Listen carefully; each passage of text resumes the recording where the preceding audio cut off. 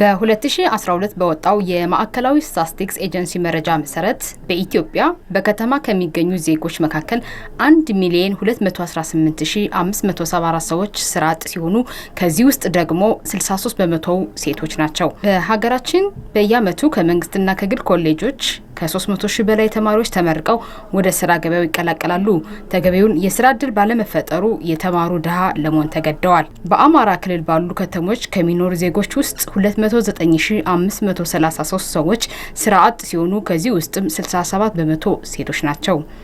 ባህር ዳር ከተማ ውስጥ ከሚኖሩ እድሜያቸው ለስራ ከደረሱ ሰዎች መካከል 21,600 ሰዎች ስራ አጥ ሲሆኑ ከነዚህ ውስጥ 73% ሴቶች ናቸው። ታዲያ አብዛኛው ቁጥር የሚሸፍኑ ሴቶች እንዲሁም ወጣቶች ሲሆኑ ብቁ በሆኑበት የትምህርት ዘርፍ መቀጠር የሚችሉበት እድሎች ተስፋ ሰጪ ካልሆኑ ምን አማራጮች ሊወሰዱ ይገባል?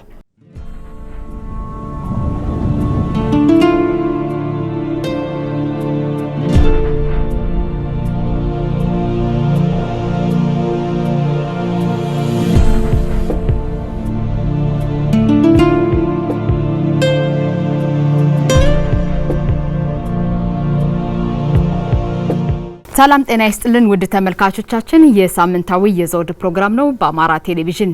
በዛሬው መሰናዶዬ ስራ አጥነትና ስራ ፈጠራ ምን ይመስላል በሚል ርዕሰ ጉዳይ በኢንተርፕረነር ወይም ደግሞ በስራ ፈጠራ የራሳቸውን ስራ እየሰሩ ካሉ እንግዶቼና እንዲሁም ደግሞ በስራ ፈጠራ ወይም ደግሞ በኢንተርፕረነር አማካሪ ከሆኑት ጋር ነው ዛሬ ውይይታችን የምናደርገው። እንግዶቼ ወይዘሮ ትግስት ሰለሞን ስራ ፈጣሪና የስራ አማካሪ ናቸው። እንዲሁም ደግሞ ወይዘሮ ትግስት ጥበቡ የግል ስራ ፈጣሪ ናቸው። እንግዶቼ ጥሬና አክብራችሁ እዚህ ስለመጣችሁ አመሰግናለሁ። እናመሰግናለን። መልካም። የዚህ ፕሮግራም የፕላቲኒየም ደረጃ ስፖንሰራችን የአማራ ብሔራዊ ክልል መንግስት ጤና ጥበቃ ቢሮ ነው። ቢሮውን እጅግ አድርገን እናመሰግናለን። ራሳችንና የምንወዳቸውን ቤተሰቦችን ከኮሮና ቫይረስ እንጠብቅ። ፍጥረት ዓለም ስማ፣ እኛ ኢትዮጵያውያን እንደ ጥንቱ ሁሉ ባለፈ ባገደመ ወረርሽኝ አንበላም ስል በምክንያት እኛ እኮ ዛሬ የዘመናት መለያችን ከሆነው ድህነትና ኋላ ቀርነት ትቢያችንን አራግፈን ለመነሳት የምንታክር ምን ይሄ ብቻ የኢትዮጵያችንን የትንሣኤ ሻማ በህዳሴው ግድባችን ተለኩሶ ደምቆ ማየት የናፈቅን ስነግርህ ህልም አለን ብዬ ስልህ ስማ እንጂ እኛ እኮ ለታላቅ ትንሣኤ ቃል ኪዳን የቋጠርን የታላቅ ህዝብ ትንታጎች ነው እኮ። እንዴት በኮሮና እኛ እኮ በእምነት ጸንተን የበረታን በአምላክ አንደበት የተጠራ በመደማመጥ ተሰናስለን ተራሮቹን ተደጋግፈን የተሻገር በአያላን ሳንረታ እንዲህ በኮሮና በተዋሲ ጽናታችን ይፈታ። እንዴት ማስተዋላችንን ተነጥቀን ባለመስማት እናልቃለን? እነዚያ አበው እኮ የአንድ ንጉሥ ጥሪ ሰምተው በአንድ ነጉደው የማይቻለውን ድባቅ መተው ትውልድ አስቀጥለው አገር ያስረከቡን የእነዚያ ኩሩ ጀግኖች ልጆች ነበር። አሁንስ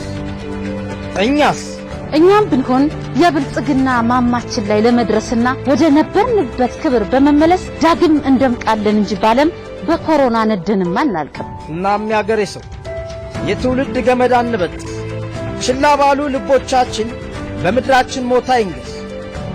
ምክንያቱም ህልም አለ።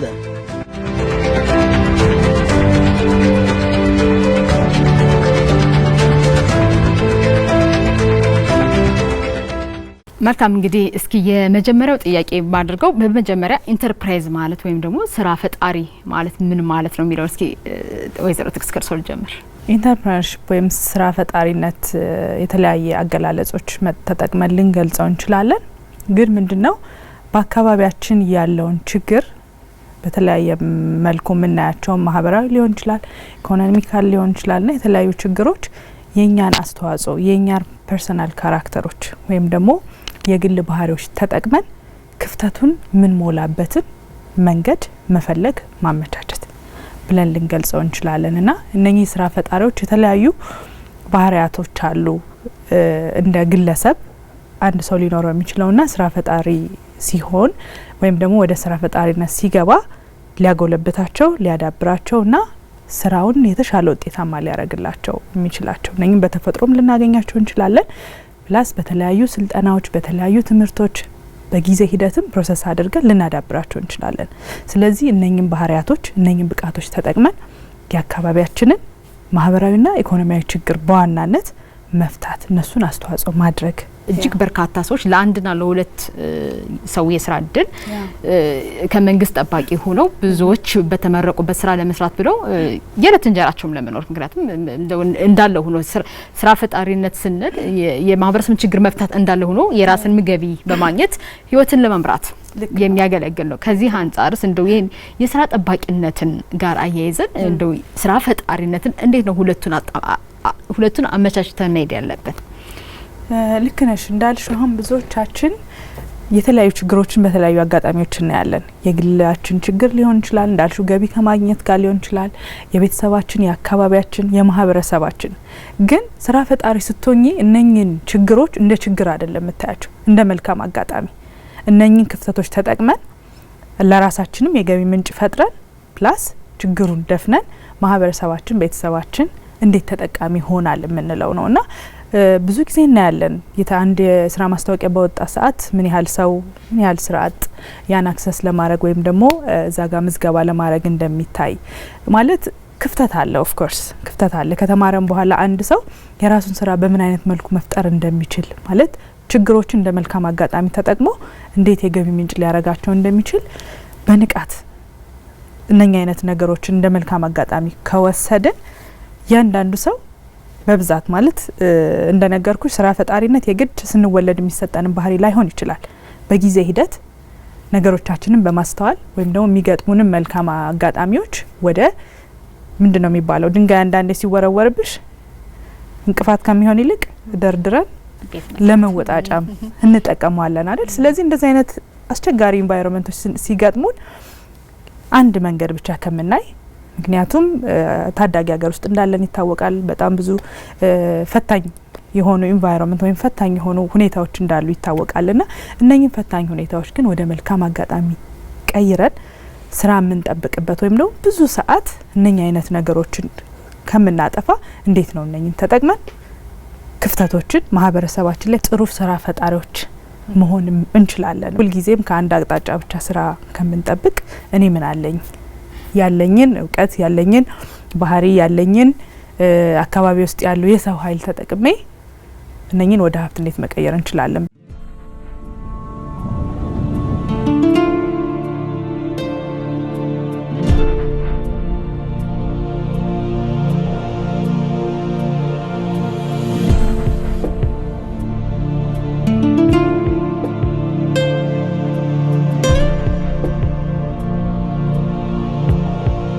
ወይዘሮ ትግስት ጥበቡ ማለት በሶሻል ወርክ ወይም ደግሞ የማህበረሰብ አገልግሎት ነው ወደ አማርኛ ሲመጣ እንደው አቻ ትርጉም ባይሆን ግን ማህበረሰብ አገልግሎት የማስተር ዲግሪ አለዎት። በዚህ የስራ ዘርፍ አልሰሩበትም። ነገር ግን ይሄንን ስራ ጠባቂነትን ትተው የራስዎትን ስራ እንደፈጠሩ መረጃ አለኝ። እስኪ ስለዚህ ያጫውቱ። በ2004 የመጀመሪያ ዲግሪን በኤዱኬሽናል ፕላኒንግ ኤንድ ማኔጅመንት ተመርቄያለሁ። አሁን 2010 ደግሞ በሶሻል ወርክ ተመርቄያለሁ። ሁለተኛ ዲግሪን የተወሰነ የስራ ልምድ አለኝ አንድ የሆነ ኤንጂኦ ውስጥ። ስራው በርግጥ ያው የማህበረሰብ አገልግሎት ነው፣ ግን በመጀመሪያ ዲግሪ ነበር ስራ የነበረው። ከዛ ልጆች በመውለድ ምክንያት እና በትምህርት ምክንያት ያን ስራ ለቀቅኩኝ። ሶሻል ወርክን ተምሬ ስጨርስ እንዳሰብኩት ነገሮች አልሄዱም። የስራ እድል ላገኝ አልቻልኩም። የተለያየ ሞከርኩኝ፣ አላገኘውም። በዛም ላይ ልጆች መጡ፣ በቢዚ ሆንኩኝ። አብዛኛውን ጊዜን ከነሱ ጋር ማሳለፍ ነበረብኝ። ግን ደግሞ እንደዛ ብቻ መሆን አልፈለኩም ነበረ። አንደኛ የግል ፍላጎቶች አሉ ማሟላት ያለብሽ፣ ሁለተኛ የራሴ ፍላጎት አለኝ። እናትነት በጣም ትልቅ ስራ ነው። በጣም ትልቅ ስራ ነው። እናቶች ከልጆቻቸው ጋር የሚያሳልፉት ጊዜ በጣም ጥሩ ነው። ለልጆቹም እድገት ጥሩ ነው። ግን እናቶች ደግሞ የራሳቸው ህልም አለ፣ የራሳቸው ደግሞ በውስጣቸው መሆን የሚፈልጉት ለአካባቢያቸው ማበርከት የሚፈልጉት ነገር አለ። እሱ ውስጤን በጣም ረፍት ይነሳኛል። በሶሻል ወርክ መስራት በጣም ፈልጋለሁ። ሰዎችን መርዳት በጣም ወዳለሁ። በቃ ያንን ስራ ነው የኔ የህልሜ ስራ ወይም ደስታ የሚሰጠኝ ስራ ብዬ ማምነው። እዛ አካባቢ ጊዜም ባጠፋ ነው። ነገሮች ግን በዛ አልሄዱልኝም። ሰው ከልጅነት ጀምሮ የሆነ ታለንት ነገር ነበረኝ። መስፋት ወዳለሁ። በሙያ በጣም የተደገፈ አይደለም፣ ዝም ብሎ በጣም ኃይለኛ ፍላጎት አለኝ። ከልጅነት ጀምሮ በስፋት በጣም ወዳለሁ። ኢቨን የሆነ 10ኛ ክፍል ላይ ለምን ፕሪፓራቶሪ መግባቱን ትቼ ወደ ቴክኒክ ገብቼ ልብስ መስፋት አልማርም ሁሉ ብዬ ተከራክሬ ያውቃለሁ ከወላጆቼ ጋር። ያን ያህል ፍላጎት አለኝ። ይሄን አጋጣሚ ሳገኝ ቤት መሆኔን ሳቅ፣ ስራውም እንደምፈልገው አለማግኘቴን ሳቅ የመስፋት ሀሳቦች መጡልኝ። የሆነች ጓደኛ ነበረችኝ ቦርሳ ምትሰፋ። አጋጣሚ ሄጄ ሳይ በልብስ ማሽን ቦርሳ ስትሰፋ አየኋት ይመስለኛል። ከዛ ይመስለኛል በድንገት ስራውን የመጀመሪያው ሀሳብ መጣልኝ። ወደ ቤት ተመለስኩ። ዳውንሎድ ማድረግ ጀመርኩኝ። በዩቲዩብ መማር ጀመርኩ እንዴት ቦርሳ መስራት እንደሚቻል። በጣም ረጅም ሰዓት ልጆቼን የተንከባከብኩ ቪዲዮ ከፍቼ አያለውኝ። ከዛ መስራት ጀመርኩ ማለት ነው። ኢንተርፕራይዞች ወደ ስራ ፈጠራ ሲገቡ ምን አይነት ዝግጅት ማድረግ አለባቸው? ምን አለኝ እኔ ምንድነው ያለኝ ሪሶርስ ምንድነው ፍላጎት ብሎ እሱን ወደ ምርት ቀይሮ ወደ ገበያ መቀየር በጣም ትልቅ ሰክሰስ ነው። በዚህ አጋጣሚ በጣም ልትደነቅ የሚገባት ናት ቲጂ። አንድ ሰው ስራ ፈጣሪ ሲሆን የራሱ ተነሳሽነት እንዳለ ሆኖ የተለያዩ ባህሪያቶችን እንዲላበስ ግን ይመከራል። ምክንያቱም ያለውን ፕሮዳክት ወይም ያለውን ምርት ያለውን አገልግሎት ወደ ገበያ አውጥቶ ገቢ እንዲያስገኝለትና እንደ ንግድም ያኛውን ነገር ይዞ የተሻለ ደረጃ የተሻለ የገበያ ትስስር የተሻለ ወደ ገበያ ለማውጣት የተለያዩ ባህሪያቶች እንዲኖሩት በተፈጥሮም ሊሆን ይችላል ይሄን የሚያገኙት ፕላስ በተለያዩ ስልጠናና ድጋፎች ማለት ነው። አሁን እንዳየነው እሷ ቴክኒካሊ ወይም ደግሞ የመስፋት ስኪሉ አልነበራትም። ራሷን አስተምራ ነው እና ወደ አንድ ስራ ከመግባታችን በፊት ቴክኒካሊ ወይም ደግሞ ያን ስራ እንዴት አድርገን ፕሮሰስ እንደምናረግ ወይም ደግሞ ሂደቱ እንዴት አድርገን እኛ ማቀናበር ወይም ደግሞ ማኔጅ ማድረግ እንደምንችል እሱን ብናውቅ ይመከራል። እቅድ ማስቀመጥ ወይም ደግሞ ግብ ማስቀመጥ። ይሄኛውን ነገር ስትሰሪ ምንድነው እንደ ግብ ምን ይዘው ነገር ምናልባት ይሄን ያህል ቦርሳዎች በዚህ ያህል ጊዜ አምርቼ አሁን ቤቷ ነው ቤትሽ ነው እየሰራሽ ያለሽው። ስለዚህ ወደ ገበያ ስወጣ በዚህ ያህል ጊዜ ውስጥ ገበያ ወጥቼ ይሄን ያህል ካፒታል ያለው በዚህ ያህል ካፒታል የሚንቀሳቀስ እንደዛ አይነት ከስተመሮችን አድረስ ማድረግ የሚችል ምክንያቱም አሁን ይሄ ኖርማል የሷን ፍላጎት ወደ ስራ ፈጣሪ ሆና ችግር ወደ መፍታት ገቢ ወደ ማምጣት እየቀየር ነው ስለሆነ ማለት ነው። ስለዚህ እንደዛ ሲሆን ምንድነው የሚሆነው? ቴክኒካሊ ምንድነው ግብ ያደረኩት ነገር ግቤ ምንድነው? እነኚህ ቦርሳዎች ሳመርት እስከ ውጭ ገበያ ድረስ ነው? እዚህ ሀገር ውስጥ ያለውን ገበያ ነው? እዚህ በክልል ደረጃ ነው ወይስ እስከ መሀል ሀገር የሚደርስ ነው? እሱ ትስስሬ ግቤ ምን ይመስላል? ያስቀመጥኩት ግን ምንድነው? ፕላስ ይሄኛውን ቢዝነስ ወይ ይሄኛውን ደግሞ ስራ እንደ ቢዝነስ ሲይዘው ምንድነው ያለው ኦፖርቹኒቲ ወይም ደግሞ መልካም አጋጣሚ ለኔ ስራ የሚያግዘኝ እነዚህ መልካም አጋጣሚዎች ምንድናቸው? ለምሳሌ ቢሮክራቲክ ደረጃ ወይም በመንግስት ደረጃ ሴክተሩ ይደገፋል ወይ? የመስሪያ ቦታ እንዴት ነው የማገኘው? ይህን ስራ ወደ ትልቅ ካፒታል አድርጌ ልሰራ ሳስብ የብድር ድጋፍ እንዴት ነው የማገኘው? ስለዚህ ከኔ ስራ ጋር የሚይዙ መልካም አጋጣሚዎች ምንድን ናቸው? እነኚህ ባለፈ እንደነገርኩሽ የመጀመሪያው ነገር የሚቀድመው እንደኚህ ስራ ፈጣሪ ስንሆን ውስጥ ያለን ሞቲቬሽን ውስጥ ያለን ኢንተረስት ነው። ግን እነሱን ሞቲቬሽኖች ደግሞ እነኚህ ቴክኒካል ነገሮች ስናግዛቸው ወይም ስንደግፋቸው የበለጠ ውጤታማ የተሻለ ገቢ የሚያመጣልን ጥሩ አሰራር መገንባት እንችላለን። ከ3 አመት በታች የሆኑ 2 ህጻናት ልጆች አለዎት። እነሱን ደግሞ ያው መንከባከብ ማለት ቀደም እንዳሉን ከዚህ ጋር ጊዜዎትን እንዴት አድርገው አመቻችተው ነው ምርቶችን እያመረቱና ገበያ ላይ እያቀረቡ ያሉ የሚለውን ምስኪን እንደው ልምዶትን ያካፍሉ። ከ3 አመት በታች 2 ልጆች ከባድ ነው። ኦልሞስት ሙሉ ጊዜሽን ይፈልጋሉ። እነሱን መንከባከቡ ማለት ነው። በጣም ይንቀሳቀሳሉ። መመገብ አለ፣ ማጽዳት አለ፣ ልብሳቸውን ማጠብ አለ፣ የቤቱ ስራ አለ። የሚያግዘኝ ምንም አይነት ሰራተኛ የለም። ሁሉንም ስራ እኔ ከቨር ማደርገው። ግን ደግሞ ይሄኛው እንደነገርኩሽ ይሄ ፍላጎቴ ደግሞ ፍጹም ረፍት የሚሰጠኝ አይደለም። በጣም ፈልጋለሁ። አንደኛ ፍላጎቶቼ አሉ፣ ሰው መሟላት አለባቸው። ሰው ምን አደረኩኝ ሲጀምር ትምህርቶቹን አብሬያቸው ከመገብኳቸው ካጣጠብኳቸው በኋላ አብሬ ያየው ቪዲዮችን እማራለሁ። እንዴት መስራት እንዳለብኝ እማራለሁ።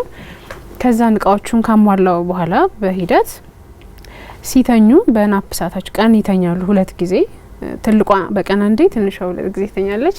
በሚተኙልኝ ሰዓት በተቻለ መጠን ይሄን ሰዓት ለመስፋት እጠቀምበታለሁ፣ ለመቁረጥ እጠቀምበታለሁ። ከዛን ደግሞ ረጅም ሰዓት ማታ ከተኙ በኋላ በጣም አመሻለሁ። ከዛም ለገበያ ደግሞ ማቀርበው እሰራና በሚተኙ ሰዓት ወይም ማታ የሰራዋቸውን የጀመርኩት ከማውቃቸው ሰዎች ነው። ማሳየት ጀመርኩ፣ ወደዱት፣ ማዘዝ ጀመሩ። እነዛ ያዩትን ደግሞ ሌሎቹ ያዘዙኛል። ቤት ነው ማደርስላቸው እና ቤት በማደርስ ጊዜ አንዷን በእጄ ይዛለሁ፣ በአንድ እጄ ቦርሳ ይዛለሁ፣ ሁለተኛ ልጄን በጀርባ ይዛለሁ፣ ግን ወክ አረጋለሁ ማለት ነው። እንግዲህ ተመልካቾቻችን እየተከታተላችሁት ያላችሁት ይህ የዘውድ ፕሮግራም ነው። አሁንም ውይይታችን ይቀጥላል። ከኛ ጋር ስለሆናችሁ እጅግ አድርገን እናመሰግናለን።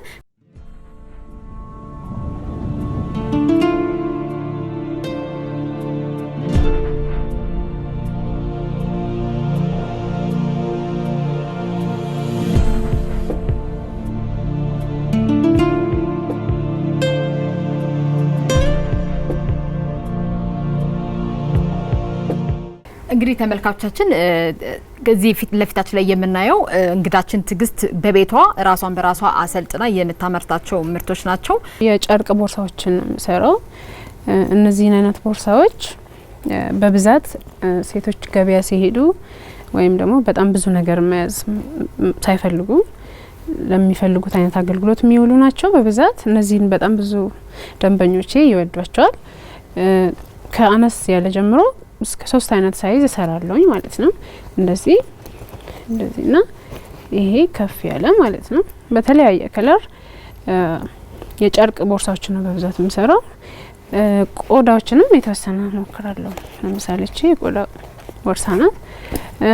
ከነዚህ በተጨማሪ ደግሞ እንደምታያቸው እዚህን የተለያየ ከለር አብዛኛው እንትናቸው አንድ አይነት ቢሆኑም ታይፓቸው የተለያየ ከለር ሰው የፍላጎቱ በጣም የተለያየ ነው። የተለያየ ከለር ለመስራት ሞክራለሁ። እንግዲህ ተመልካቾቻችን እንደምትመለከቱት እነዚህ በዚሁ በሚገኙ ማቴሪያሎች ነው የምታመርታቸው። እስቲ ቲጂ ዋጋቸውን ለተመልካች እስኪ እንደው ምን ያህል ናቸው? በጣም ያማምራሉ። ከለር በምርጫ መስራት እንደሚቻል ነው እንግዲህ ተስፋ ማድርገው። ለምሳሌ ይሄን ቦርሳ ምን ያህል ዋጋ ነው አሁን ለምትሸጪው? ለሚረከብሽ ወይም ደግሞ ቤት ለቤት ሲሸጪ ምን ያህል ነው የምትሸጪው? ቤት ለቤት በቃ እነዚህን ትልልቆቹን ቦርሳዎች 300 ብር ነው የሚሸጣቸው። እነዚህን ትንሾቹን ሳይዞች 100 ብር፣ እንዲሁም እነዚህ መካከለኞቹን እነዚህ ፓዎች የሚባሉ የእጅ ቦርሳዎቹን 200 ብር ነው የሚሸጣቸው። እነዚህን 300 ብር ነው የሚሸጣቸው። ያው ለማስረከብም ቢሆን ከዚህ መቀነሱ ብዙም አይወጣም። ሰው በዚህ ዋጋ ይሆናል ማለት ነው ማስረከበው። እንደነገርኩሽ የማስረከብ እንትን ላይ አይደለሁም፣ አቋም ላይ አይደለሁም ያለሁት። አንዳንድ ሰዎች ጠይቀውኛል፣ ግን ስራዬን አንደኛ ሙሉ ጊዜን ሰጥቼ መስራት የምንችልበት ሁኔታ ላይ አይደለሁኝም። ባለኝ ትርፍ ሰዓት ስለሆነ የምሰራው በግለሰብ ደረጃ ነው ላዘዙኝ ሰዎች የምሰራው እና ይሄን ይመስላል። ምናልባት እንደው በቀን ወይም በሳምንት ምን ያህል ምርቶችን ማምረት ይችላሉ? ከስራ ጫና አንጻር ካለኝ አሁን ባለውበት ሁኔታ በቀን በቃ ዘና ብዬ 3 ቦርሳ መስራት እችላለሁ፣ ልስራ ካልኩኝ ማለት ነው። አንዳንዴ አይመችም። አንዳንድ ከባድ ቀኖች አሉ፣ ከልጆች ጋር ብዙ ስራ የሚበዛብሽ ቀን አለ፣ የማይመች ሁኔታዎች አሉ። አንዳንዴ ደግሞ ጥሩ ቀን ያጋጥምሻል፣ ያኔ በዛ ያለ ልሰራ እችላለሁ። አቬሬጅ 3 ቦርሳ እሰራለሁ። የሰው ምላሽ ምንድን ነው የሚመስለው? በጣም ይገርምሻል። ያበረታቱኛል፣ ይወዱታል። የስራ ፍላጎቴን ጥሩ ነው ይላሉ፣ ጥሩ ኮሜንት ይሰጡኛል። ግን ምን ታዘባለሁ መሰለሽ እንደሆነ እንደ ኳሊቲ እንደጎደለው አይነት ነገር የሚመስል ፊት ያሳዩኛል። በጣም በርካሽ መግዛት ይፈልጋሉ።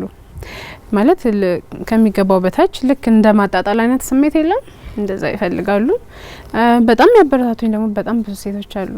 የስራ እድል መፍጠር የአካባቢ ችግር መፍታት ነው። ምን ያህል ችግሮችን እየፈታ ነው?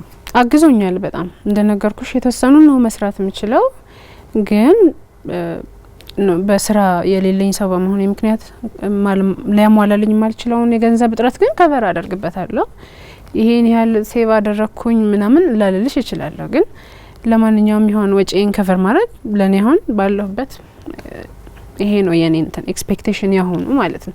ሙሉ ጊዜን ሰጥቼ ስራውን አስፍቼ ከሌሎች ባለሙያዎች ጋር ተባብሬ ሙያዊ እገዛ አግኝቼ በሰራው ምን ያህል ትልቅ ስራ እንደሚሆን አውቃለሁ። በጣም ጥሩ ስራ፣ ሰዎችንም የሚያግዝ ስራ ነው። እንዲህ አይነት እንግዲህ በራሳቸው ተነሳሽነት ስራ ፈጠራ ውስጥ የሚገቡ ሰዎች እንዴት ነው መታገዝ ያለባቸው ብለው ያስባሉ? አንዳንዴ ኤክስፖዠር ወይም ደግሞ አጋጣሚውን ያለማወቅ መረጃ ያለማግኘት እንጂ እንደዚህ አይነት ነገሮች ትንሽ ሙያ በዚህ አጋጣሚ እርግጠኛ ነኝ ይህን ፕሮግራም ከተከታተሉ በኋላ በሙያ ድጋፍም ብዙ ሊያግዟት የሚችሉ ሰዎች ይኖራሉ ብዬ አስባለሁና እንደዚህ አይነት ሙያውን ሊታገዝ የሚችልበት ነገር ማለት ይሄ ቀላል አይደለም። የራሷን ኑሮ ኦልሬዲ መደገፍ እንደጀመረች እየነገረችን ነው። ይሄ ትልቅ በርደር ነው ማለት ራሷን፣ ቤተሰቧን፣ ልጆቿን ማስተዳደር ችላለች። ስለዚህ በሙያ ከዚህ በተሻለ ነገሮችን በደንብ ከፍ አድርጋ አበልጽጋ መስራት ብትችል ከራሷ አልፋ ለብዙ ሰው ስራው መትረፍ እንደሚችል የታወቀ ነው። የጋርመንት ኢንዱስትሪ በደንብ ብዙ ሰው መያዝ የሚችል ብዙ ስራ አጥ ችግር የሚፈታ በዛ ላይ ገና ብዙ ያልዳበረ የስራ ዘርፍም ከመሆኑ አንጻር ማለት ነው። ስለዚህ የሙያዋን ቴክኒካሊ የስፌት ስራውን ሊሆን ይችላል፣ የዲዛይን ስራውን ሊሆን ይችላል፣ ፓተርን ለማውጣት ያሉት የተለያዩ ቴክኒካል እገዛዎችን እሱን የምታገኝበትን ሁኔታ መመቻቸት አለበት። ከዛ ባለፈ ደግሞ እንዳልሽው በምርቱ ተመረተ እንደ ድርጅት ኢስታብሊሽ ያደረግ ነው። ከዛ በኋላ ይሄ ድርጅት እንዴት ነው ምንድነው በቋሚነት ሰስቴን አድርጎ የሚቀጥለው ምን አይነት የድርጅቱ ስትራክቸር ወይም ደግሞ ወደ ፎርማል ቢዝነስ ቀይረን ብዙዎችን ተጠቃሚ ሊያደርግ ይችላል የሚሉትም እንደዚህ አይነት ስልጠናዎችን በተለያየ አጋጣሚ ብትወስድ ከዚህ የተሻለ በጣም ውጤታማ ስራ መስራት እንደምችል አስባለሁ።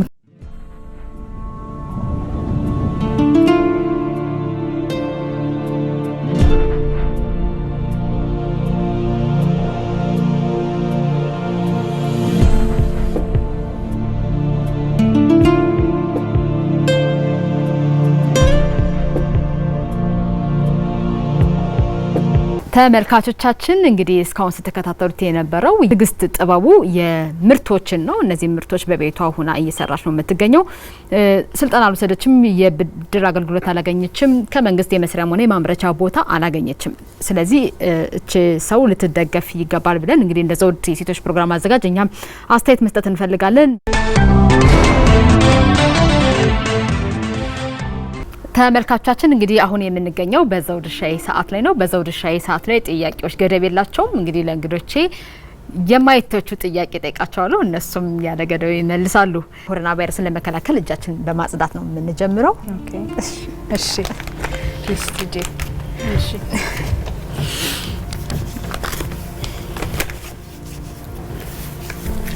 የዚህ ፕሮግራም አጋራችን የአማራ ክልል ጤና ጥበቃ ቢሮ ነው። ቢሮውን እጅግ አድርገን እናመሰግናለን። የኮሮና ቫይረስን በመከላከል ራሳችንና የምንወዳቸውን ዜጎች ጤንነታቸውን እንጠብቅ።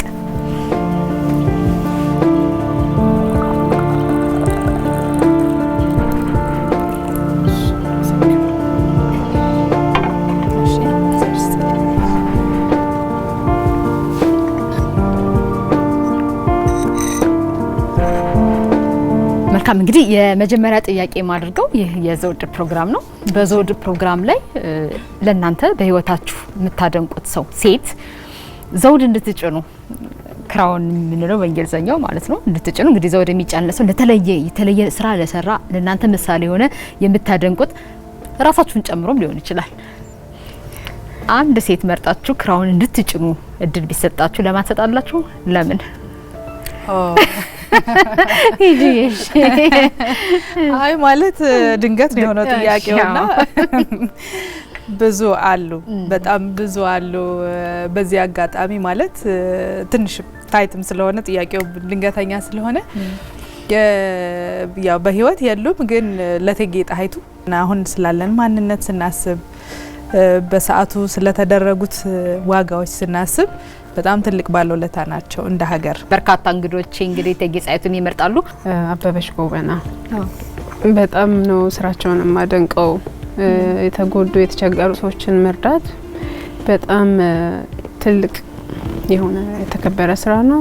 በጣም ፍቅር የሚጠይቅ በጣም ትልቅ ልብ የሚጠይቅ ስራ ነው። ራስን መተው የሚጠይቅ ራስን ለሌሎች ማካፈል የሚጠይቅ በጣም ንጹህ ደስታ የሚሰጥ ስራ ነውና ለኔ በጣም ክብር በጣም እንሰጣቸው ሰው እሳቸው ናቸው። ተመልካቾቻችን ከኛ ምርጫ አድርጋችሁ እየተከታተላችሁን ስለሆነ እጅግ አድርገን እናመሰግናለን። የዚህ ፕሮግራም አጋራችን የአማራ ክልል ጤና ጥበቃ ቢሮን እጅግ አድርገን እናመሰግናለን። በማንኛውም ሁኔታ ውስጥ ሆነን የኮቪድ-19 ወረርሽኝ መከላከልን አንዘንጋ። ብዙ ቢዝነሶች ተጀምሮ ይቋረጣሉ፣ ሲቀጥሉም አይታይም። ምንድነው ምክንያቶቻቸው የሚለውን ነገር እስኪ እናንሳ። እኛ ሀገር ብቻ አይደለም ብዙዎች እንትን ላይ ቢዝነሶች 4 አመት 5 አመት እስኪሆናቸው ድረስ በጣም ብዙዎቹ ጠፍተው ትንሾቹ ነው ሰስቴን የሚያደርጉት ወይም የሚቀጥሉት እና የተለያየ ምክንያት ልናነሳ እንችላለን። በዚህ እንዳልኩሽ ኤክስተርናል ትልቁን ማክሮ ኢንቫይሮንመንት ወይም ደግሞ ትልቁን የኢኮኖሚ ኢንቫይሮንመንት ስናየው የከረንሲ ጋር ወይም ኢንፍሌሽን እንደዚህ አይነት ነገሮች ልናነሳ እንችላለን። ግን የኛ እንደ ባለቤት ወይም ደግሞ ቢዝነስ ራን ስናደርግ ኮሚትመንታችን ምን ያህል ነው? አንዳንድ ፈታኝ ወቅቶች አሉ። ለምሳሌ አሁን በዚህ በሎክዳውኑ ወይም ደግሞ በኮሮና ጊዜ ብዙ ትንንሽ ቢዝነሶች ትልቆቹንም ጨምሮ ኢትዮጵያ አየር መንገድንም የፈተነ ትልቅ ፈተና ነው ያሳለፍ ነውና እንደዚህ አይነት ኤክስተርናል ነገሮችን በእኛ ኮሚትመንት በእኛ ማኔጅ በምናደርገው ሌብል እንዴት መወጣት እንችላለን? ፐርሲስተንሲና ኮሚትመንት የምንለው ይሄ ነገሮች ሲገጥሙን በትዕግስት ነገሮችን ችለን የማሳለፍ ምክንያቱም ቅድም እንዳልነው ምንድነው ሀሳባችን ምንድነው ግባችን ያን ግብ ያስቀመጥነው ነገር ካለ እዛ ግብ ላይ ለመድረስ ማንኛውም አይነት መስዋዕትነት ከፍለን ለማስኬድ ብርታቱን እናገኛለን። ስለዚህ በዋናነት ግብ አለመስቀመጥ የምንለው ነገር ይኖራል። ፕላስ የኛ ቁርጠኝነት መጀመሪያ ከተነሳሽነታችን አንጀምርም። በብዛት የሆነ በቃ ስራ አጣን የሆነ ስራ የማግኘት ወይም የመስራት እድሉን ስናገኝ በገንዘብም በሆነም የሆነ ሀሳብ ሲመጣልን በብዛት ሰዎች የሚያደርጉት ምንድነው ሰው የሰራውን ስራ ብድግ አድርገው ይሰራሉ። ለምሳሌ በብዛት የምታዩ ከተማው ላይ አንድ ሰው ፑል ቤት ሲከፍት መደዳው በሙሉ ፑል ቤት ይሆናል። ሽሮ ቤት ሲከፈት መደዳው ሽሮ ቤት ይሆናል። ዝም ኮፒ የማድረግ ሰው የሰራውን ስሰራ ገንዘብ እንደማገኝ ማሰብ የተሳሳተ። አንድ ሰው ስራ ለመስራት ሲነሳ አንደኛ ከዛ ስራ ነው ምን አገኛለሁ፣ ምን ያህል እሄድበታለሁ፣ ምን እጠቅማለሁ፣ ምንድነው ማበረክተው የሚለው ማሰብ አለበት። ይሄ ለኔ በጣም ዋነኛ ነገር ነው። ምክንያቱም እንደዛ ሲሆን ነው እንትኖችሽን ጉድለቶችሽን ያስተካከልሽ የምትሄጂው ሰውን ስለመጥቀም ስለምታስቢ የራስሽም የሌቭል ስላለሽ ይሄን ቦታ ላይ መድረስ ፈልጋለሁ ይሄን ነገር ማበርከት ፈልጋለሁ ስለምትይ ቁልጭ ያለ ህልም ስለሚኖርሽ ማለት ነው። እና የአብዛኛው ችግር ይሄ ነው። ሁለተኛው ተገቢውን እገዛ ለማግኘት ነው። በጣም አዝናለሁ ይሄን ስል በጣም እንትናችን በጣም ሰፖርቲቭ እና ስሙዝ አይደለም። ብድር መውሰድ ይቻላል፣ እገዛል፣ እሰማለሁ። ወደ ተግባር ሲካሄድ መንገዱ ስሙዝ አይደለም። አንድ ጥናት በዓለም ባንክ ጥናት መሰረት ምቹ ካልሆኑ አገሮች ለንግድ ለቢዝነስ ምቹ ያልሆኑ አሰራሮች ካሉባቸው አገሮች ከ190 አገራት መካከል ኢትዮጵያ 159ኛ ነው የምትቀመጠው። ኦልሞስት ወደ መጨረሻ ማለት ነው። እና ምቹ ያልሆነ የስራ ሁኔታ ያለባት አገር ነች። ይሄን ምቹ ያልሆነ ሁኔታ ያለውን ነባራዊ ሁኔታ ተቀብሎ ግን እንዴት ወደ ስራ እንግባ የሚለው ሁሉ ጊዜ የምንኖረው ኑሯችን ምርጫ ነው። ሁሌም በየቀኑ ምርጫዎች እናደርጋለን። በየቀኑ ጠዋት ስንነሳ ከምንሄድበት ቦታ ከምናረገው ጫማ ከምንለብሰው ልብስ ጀምሮ የኑሯችንን አቅጣጫ የሚያዝ ምርጫ አለን። ስለዚህ ስንመርጥ ቀላል የሆነ መንገድና ውስብስብ የሆነ መንገድ አለ። ነገሮቻችን ወደ ህልማችን ስንሄድ ደግሞ ሁሉ ጊዜም ነገሮች ቀላል አይደሉም። መንገዱ ሁሉ ጊዜም ቀላል አይደለም ማለት አለመስራት ምንድነው ምክንያት ማስቀመጥ ምናምን ቀላል ነው፣ ምንም ዋጋ ያስከፍልሽ። ግን የሆነ ተግባር ማድረግ ወደ ህልምሽ ወደ መንገድሽ መሄድ ግን ፈታኝና አስቸጋሪ መንገድ አለ። ስለዚህ ምርጫ ማድረግ ነው። ኑሯችንን እንዴት እናሻሽል፣ ኑሯችንን እንዴት እንቀይር። ስለዚህ ወደ ህልሜ ወደ ኑሮዬ ለመሄድ መንገዱ እንደዚህ አይነት አስቸጋሪ ፈታኝ ነው። ይሄን መንገድ ለማለፍ ለመጋፈጥ ዝግጁነቱ አለኝ ወይ አይደል? ጽናቱ አለኝ ወይ? ወይም ደግሞ አይ አስቸጋሪ ስለሆነ ዝም ብዬ ትቸው እንደው የተሻለ ጊዜ እስኪመጣ ልጠብቅ። በነገርሽ ላይ የተሻለ ጊዜ ሁልጊዜም ነገሮችን የተሻለ የምናረጋቸው እኛ ራሳችን ነን። ምን ወስደው ኮሚትመንት ወይም ደግሞ የኛ በቃኝ በቃ በዚህ ሁኔታ ያለኝን ሪሶርስ ያለኝን እንትን ተጠቅሜ ኑሮዬን የራሴን የግሌ ኑሮ ከመቀየር ጀምሬ እስከ ሀገር እስከ ዓለም መትረፍ የሚያስችል ብቃት አለ።